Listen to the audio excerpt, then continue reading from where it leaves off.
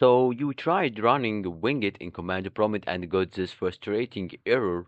Winget is not recognized as internal or external command. If you are seeing this, that means your Windows system doesn't recognize Winget either because app installer isn't installed or it needs an update.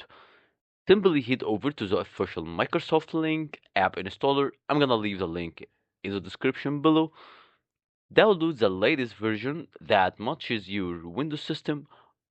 Once the download is complete, open the file and follow the installation instructions.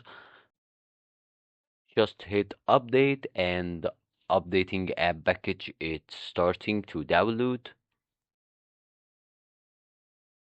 Let's close the command prompt and run it as administrator from the beginning.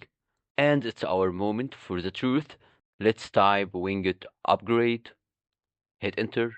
As you can see on the screen, it's loading, asking for agreements terms. Simply, I'm gonna click no to check the version. Take a look at the version I have here, version 1.10. Now type winget upgrade dash dash all to upgrade and update all your softwares that installed in your operating system with one click download.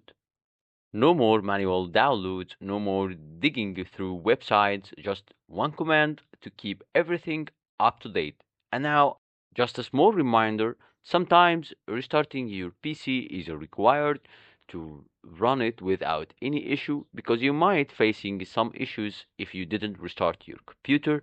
So stay in the safe side and restart your computer before running it, then try to run it as an administrator and repeat the process from the beginning. Everything successfully installed. I hope you find this video was useful and fixed your issue.